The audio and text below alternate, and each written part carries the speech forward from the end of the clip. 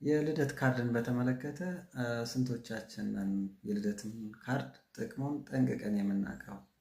እንግዲህ የልደት ካርድ አብዛኞቻችን የልጁን እድሜና እንዲሁም ደግሞ ስለ ፓስፖርት ስለ ኢሚግሬሽን ጉዳይ ይጠቅመዋል ብለን እንደምናወጣ ማለት ነው። አብዛኞቻችን ለኢሚግሬሽን ወይ ለፓስፖርት ወይ ደግሞ እድሜውን ለማወቅ እና ለአንዳንድ መረጃዎችን ይጠቅሙናል ለማለት ነው እንግዲህ የምናወጣው። ነገር ግን ከዛም ባሻገር በተለይ አሁን በፌዴራል ሰበር ሰሚ ችሎት የሰጠውን አስገዳጅ ውሳኔ ስለ ልደት ካርድ አንድ መሰረታዊ የሆነ በጣም ወሳኝ የሆነ ውሳኔ አለ። እንግዲህ ይህ በሰበር መዝገብ ቁጥር 230493 የተሰጠ ውሳኔ ነው። ውሳኔው ምንድነው የሚለው? እንግዲህ ከዚህ በፊት እንደሚታወቀው ልጅን ስለ ልጅነት መካድ እና ስለ ልጅነት መቃወም በተመለከተ ብዙ ውሳኔዎች አሉ። አንድ አባት ልጁን ልጄ ነው ካለ በኋላ በፈለገው ጊዜ የተወሰነ ማስረጃ ወይ ደግሞ ሌላ ምልክት ባገኘ ጊዜ ልጄ አይደለም ብሎ የመቃወምና የመካድ መብት ነበረው።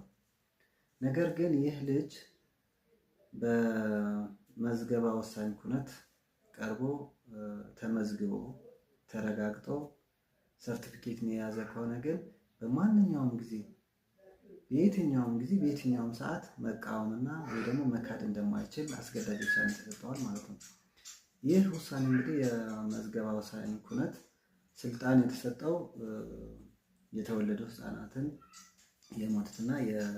የሞትና የጋብቻ እንዲሁም ደግሞ የፍቺ የመዝገብ ስልጣን የሰጠው ነው። ይህም በህግ የተሰጠው ኃላፊነት እስከሆነ ድረስ በሱ ቀርቦ በመሐላም ይሁን በሌላ እና በምስክር ቀርቦ የተረጋገጠ የምስክር ወረቀት ወይ ደግሞ የልደት ካርድ የተሰጠ እንደሆነ አንድ ጊዜ የተሰጠ ሆነ በማንኛውም ጊዜ አባትም ቢሆን መካድ እንደማይችል።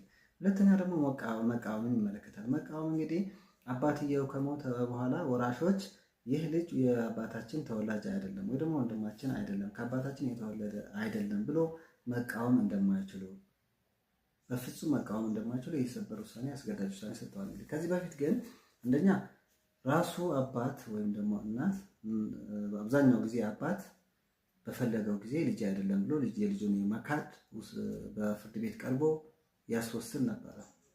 ሁለተኛ ደግሞ ወራሾች የአባታችን ልጅ አይደለም ብሎ መቃወም መብት ነበራቸው። ተቃውሞም ደግሞ በፍርድ ቤት ማስወሰን ይችሉ ነበር። አሁን ግን ይህ ተዘግቷል ማለት ነው። ስለዚህ የልደት ሰርቲፊኬት በጣም ወሳኝ የማንነትም ጉዳይ ብቻ ሳይሆን ወሳኝ እንደሆነ